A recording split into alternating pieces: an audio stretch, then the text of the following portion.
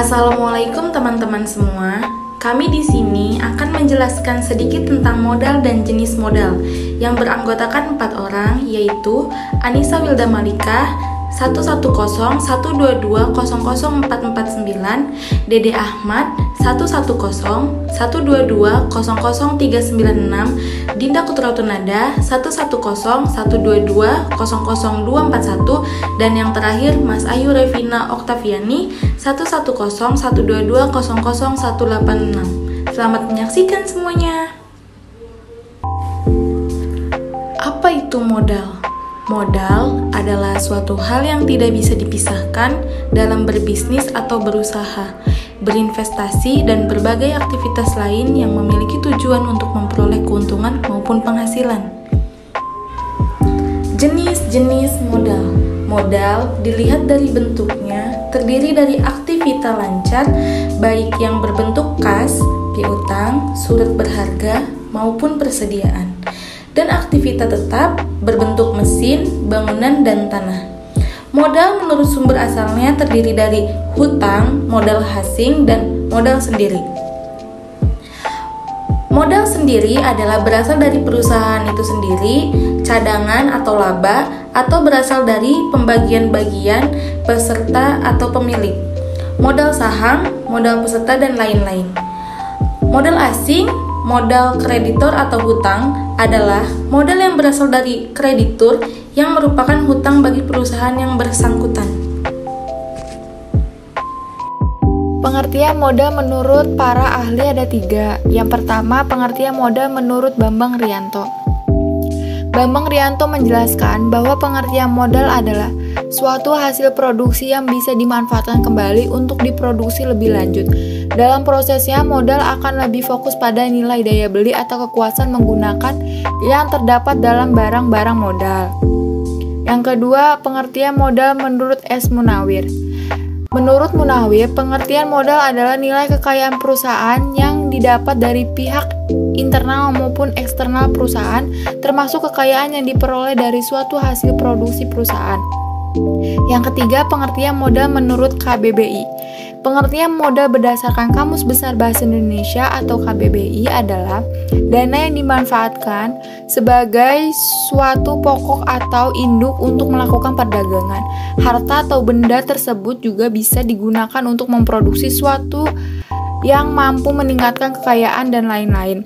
Pengertian modal menurut KBBI adalah uang yang digunakan sebagai pokok atau induk untuk perdagangan harta benda, uang, barang yang bisa digunakan dalam menghasilkan sesuatu yang mampu menambah kekayaan dan sebagainya. Pengertian modal konkret dan modal abstrak. Modal konkret adalah modal aktif. Sesuai dengan namanya, modal konkret adalah jenis modal yang dapat terlihat secara langsung oleh mata bentuk. Jenis modal ini dapat berupa bahan baku produksi, mesin, ataupun gudang. Modal abstrak adalah modal pasif. Lawan dari modal konkret adalah modal abstrak atau modal yang tidak terlihat. Namun, walaupun tidak terlihat, modal abstrak adalah jenis modal yang dapat memberikan manfaat atau sumber bagi keberlangsungan perusahaan. Contoh dari modal abstrak ini adalah hak cipta dan hak pendirian. Sumber daya terbagi menjadi 2. Yang pertama, sumber daya internal. Sumber daya internal adalah aset, kemampuan, dan faktor lain yang dapat dalam suatu organisasi yang dapat digunakan untuk mencapai tujuan dan sasaran organisasi. Sumber daya internal ini bisa berupa yang pertama, sumber daya manusia, yang kedua, sumber daya finansial, yang ketiga, sumber daya material, dan keempat, sumber daya intelektual. Laba ditahan.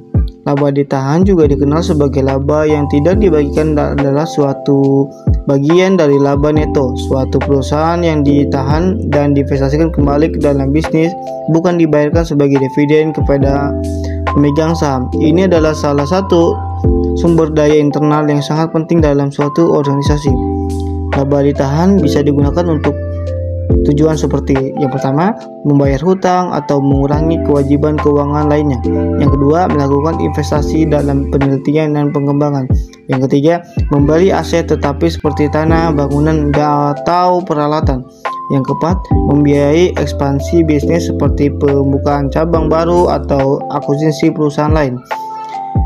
Sumber daya depresiasi. Depresiasi atau yang kita sebut penurunan nilai aset sepanjang waktu, biasanya karena usia penggunaan atau kerusakan. Dalam konteks bisnis, depresiasi adalah biaya dialokasikan untuk aset tetap seperti gedung, peralatan, dan kendaraan selama umur manfaatnya.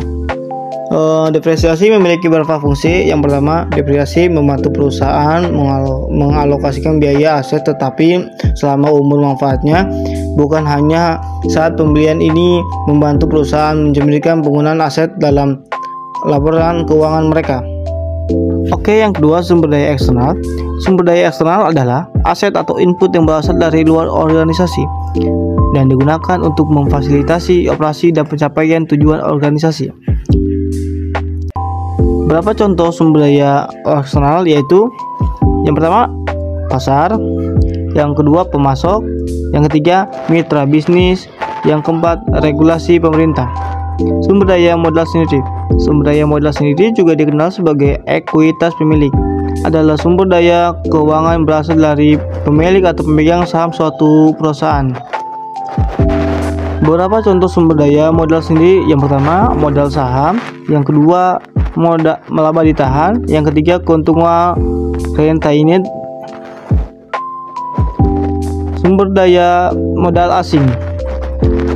Sumber daya modal asing adalah sumber daya keuangan yang berasal dari luar negeri atau pihak-pihak non-domestik. Contoh sumber daya modal asing, yang pertama investasi langsung asing, yang kedua pinjaman dan kredit, yang ketiga obligasi dan surat utang, yang keempat investasi portofolio. Tabungan adalah simpanan uang di bank yang penarikannya hanya dapat dilakukan menurut syarat tertentu. Umumnya bank akan memberikan buku tabungan yang berisi informasi seluruh transaksi yang Anda lakukan dan kartu ATM lengkap dengan nomor pribadi PIN Anda. Yang B, menciptakan atau kreasi uang atau kredit oleh bank. Yang dapat diciptakan uang selain bank sirkulasi juga bank dagang dengan menciptakan uang gira. Yang C, intensifikasi daripada penggunaan uang. Cara ini dilakukan oleh bank dengan meminjamkan kembali uang-uangnya yang dipercaya atau disimpan oleh masyarakat di bank.